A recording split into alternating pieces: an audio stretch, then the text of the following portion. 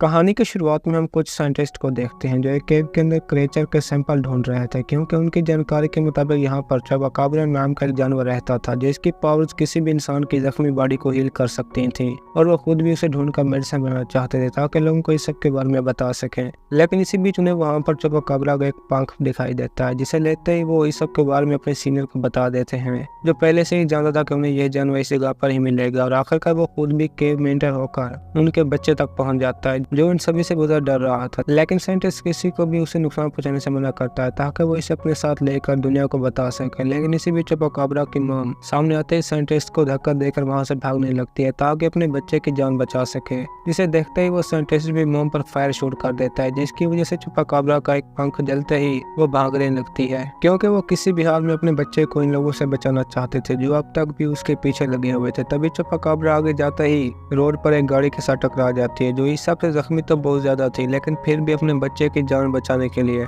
उसे वहीं पर छुपाते ही लोगों के सामने आकर भागने लगती है ताकि उसका बच्चा सेफ रहे। अब इस सब के बाद हम स्कूल में एलेक्स नाम के एक बच्चे को देखते हैं जो सभी बच्चों से अलग बैठा था क्योंकि स्कूल में कोई भी इसका फ्रेंड नहीं था। तभी वहाँ पर एक लड़का आते ही उसे तंग करने लगता है जो जरा भी नहीं समझ पा रहा था कि ये क्या बोल रहा है, क्योंकि एलेक्स को स्पेनिश ज़बान जरा भी नहीं आती थी, जिसकी वजह से घर वापस आते ही अपनी मॉम को इस सब के बारे में बता देता है क्योंकि वो अपने साथ होने वाली हर चीज के बारे में बहुत ज्यादा गुस्सा था। जिसको देखते ही एलेक्स की मॉम उसे अपने ग्रैंडपा के पास जाने का कहती है ताकि वो कुछ दिनों के लिए बेहतर फील कर सके, क्योंकि हाल ही में एलेक्स के फादर की भी डेथ हो चुकी थी जो इस सब की वजह से अपने बेड पर जाते ही डैडी की पिक्चर देखकर रोने लगता है क्योंकि वो अपने डैड को बहुत ज्यादा मिस कर रहा था। जो आखिरकार मॉम की बात मानते ही ग्रैंडपा के पास सैन जेनिफर पहुंच जाता है, जहाँ पर प्लेन से नीचे उतरते ही वो पीछे से आकर एलेक्स को डरा देते हैं क्योंकि वो पहले कभी भी इतना फ्री नहीं था, जिसकी वजह से ग्रैंडपा उसे अपने साथ लेते ही घर की तरफ निकल पड़ता है और एलेक्स को उसके डैड के बारे में भी बता देता है जिसे वो बहुत ज्यादा मिस करते थे। और आखिरकार घर पहुंचते एलेक्स वहां पर अपने दूसरे कजन लूना और मेमो से भी मिलता है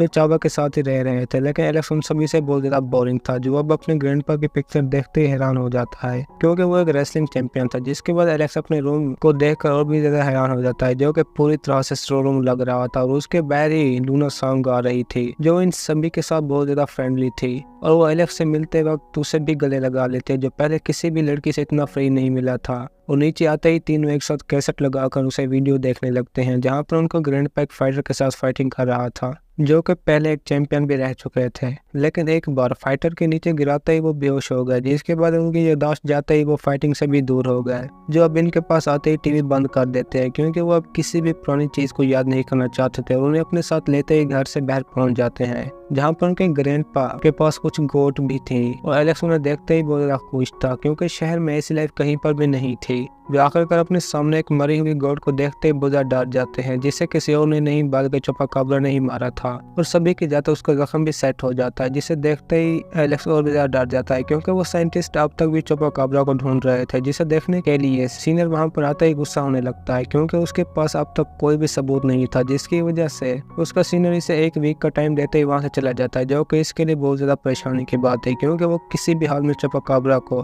दुनिया के सामने लाना चाहता था। तो वहीं दूसरी तरफ जब एलेक्स अपने रूम में बुक पढ़ रहा था तो उसे अपनी विंडो में एक गोट दिखाई देती है जो उसे देखते ही पहले तो बहुत डर जाता है, लेकिन इसी बीच ही अपने ग्रैंडपा को बाहर ज्यादा देख लेता है जो जरा भी नहीं जानता था कि वो कहाँ पर जा रहे हैं, जिसका पीछा करते ही एलेक्स को भी अपने सामने एक चुपाकाब्रा दिखाई देता है जो आखिरकार डर के मारे पीछे होते ही हॉल में गिर जाता है और बाहर निकलते ही सबके बारे में सभी को बता देता है। लेकिन इसी बीच वहाँ से एक रैबिट के बाहर निकलने की वजह से सभी उस पर हंसने लगते हैं जो देखे ग्रैंडपा को उस पर शक हो जाता है क्योंकि एलेक्स को यकीन था कि वो एक चुपाकाब्रा ही था। जो आखिरकार सुबह होते ही इस सब को इग्नोर करते लूना के साथ खेलने लगता है जो कि बाहर बैठी पटाखे बजा रही थी। एलेक्स भी उसके साथ अपना टाइम पास करने लगता है क्योंकि स्कूल में कोई भी बच्चा उसको पसंद नहीं करता था जो अब इनके साथ रहते ही आहिस्ता से स्ट्रांग हो रहा था। लेकिन अब इससे भी बड़ा मसला था क्योंकि घर में ग्रैंडपा के न होने की वजह से सभी परेशान हो जाते हैं जो भूलने की वजह से अक्सर घर से निकल जाते हैं और लूना भी अपनी गाड़ी चलाकर उन्हें ढूंढने के लिए रवाना हो जाती है क्योंकि साइंटिस्ट भी अब चुपाकाब्रा को ढूंढते ढूंढते शहर में पहुंच चुके थे जो एलेक्स जरा भी नहीं जानता था।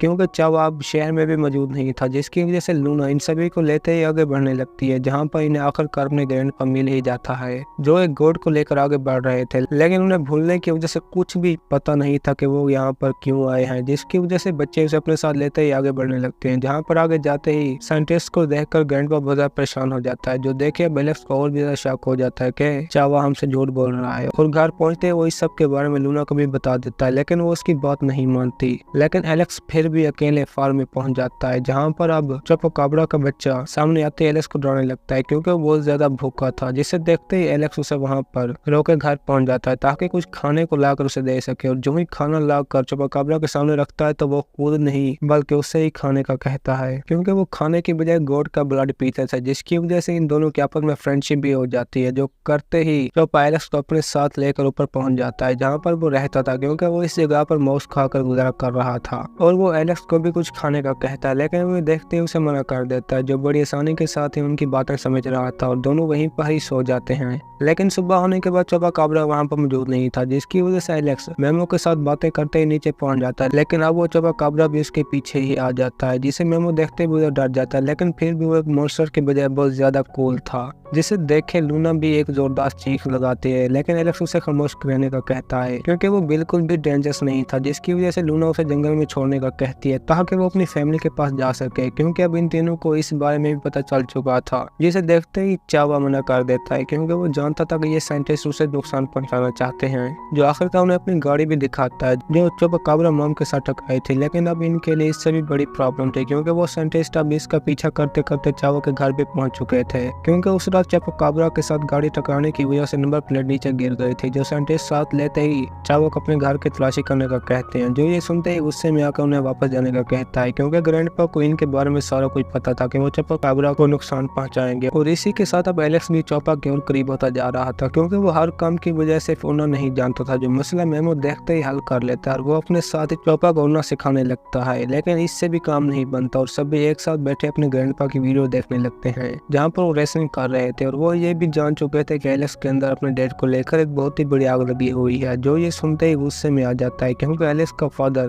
भी एक रेसलर था, जिसने एलेक्स की मॉम के साथ शादी करते ही रेसलिंग छोड़ दी थी। और ग्रैंडपा खुद भी उसे रिफ्रेश करने के लिए घर से बाहर निकलकर दोनों एक साथ लड़ने लगते हैं, जहाँ पर मेमो इनका रेफरी था। और दोनों एक साथ लड़ने लगते हैं, लेकिन एलेक्स अपने ग्रैंडपा की इज्जत करते ही उन्हें कुछ नहीं कहता, जिसकी वजह से वो लड़ाई के दौरान एलेक्स को हरा देते हैं। लेकिन अब उससे भी गुस्सा आ गया था, जिसके बाद वो अपनी जगह से उठते ही ग्रैंडपा को जोरदार धक्का देते थे, जो अब भी दोबारा से कोमा में चला जाता है, क्योंकि डॉक्टर ने उसका चेकअप भी कर लिया था। जो देखे सभी बच्चे परेशान हो जाते हैं और ऊपर से चोपा भी बहुत बड़ी मुश्किल में था, जिसे साइंटिस्ट सामने आता ही अपनी गन से शूट कर देता है, क्योंकि वो बच्चों की बात जरा भी नहीं मान रहा था, जिसकी वजह से चोपा को अपने साथ लेते ही वहां से चला जाता है। जो अब एलेक्स देखते ही अपने ग्रैंडपा के पास जाकर उन्हें इस सब के बारे में बता देता है, लेकिन उन्हें कुछ भी याद नहीं था, जिसकी वजह से एलेक्स उन्हें अपना रेसलिंग फाइटर याद दिलाते ही गुस्से में लाकर लड़ने का कहता है, क्योंकि एलेक्स ने उसे अपने घर में होने का बताया था। जो अब ग्रैंडपा पूरी तरह से तैयार होते ही साइंटिस्ट के सामने आकर उससे लड़ने लगता है और सभी बच्चों को अपने साथ गाड़ी में ही वहां से जाने लगता है, जिन्हें सबसे पहले चोपा की फैमिली को ढूंढना था। जो रोड पर रुकते ही किस साइड पर जाना है सोचने लगते हैं, लेकिन अब चोपा भी बड़ा हो रहा था, जो इन सभी को अपने साथ लेते ही डेजर्ट की तरफ बढ़ने लगता है, जो दूर से साइंटिस्ट भी देख रहा था। लेकिन अब आगे जाते ही चोपा एलेक्स को अपने साथ एक पाइप ब्रिज पर ले जाता है, जिसकी दूसरी तरफ चोपा की फैमिली रहती थी। और ये टाइम ही इन दोनों के अलग होने का था, जिसकी वजह से चोपा एलेक्स के साथ मिलते ही पाइप के ऊपर जाकर आगे बढ़ने लगता है। लेकिन इसी बीच एलेक्स के सामने एक टेलर आ जाता है, जो उसे देखते ही डर के मारे खुद भी पाइप पर चढ़ने लगता है। तो इतने में वहां पर चावा भी मेमो और लूना के साथ पहुंच जाता है, क्योंकि चावा एक बहुत ही बहादुर इंसान था, जो टाइगर को देखते ही उसे डरा कर भगा देता है। लेकिन अब आगे जाते वक्त पाइप भी टूट चुका था, जिसकी वजह से एलेक्स को गिरता देखते ही चोपा भी उसके पीछे पहुंच जाता है और उसे गिरते ही हाथों से पकड़कर ऊपर उड़ने लगता है, क्योंकि अब वो पूरी तरह से उड़ना सीख चुका था। जो उसे देखते ही सभी खुश होने लगते हैं, क्योंकि ये सभी एक दूसरे के साथ बहुत फ्रेंडली थे।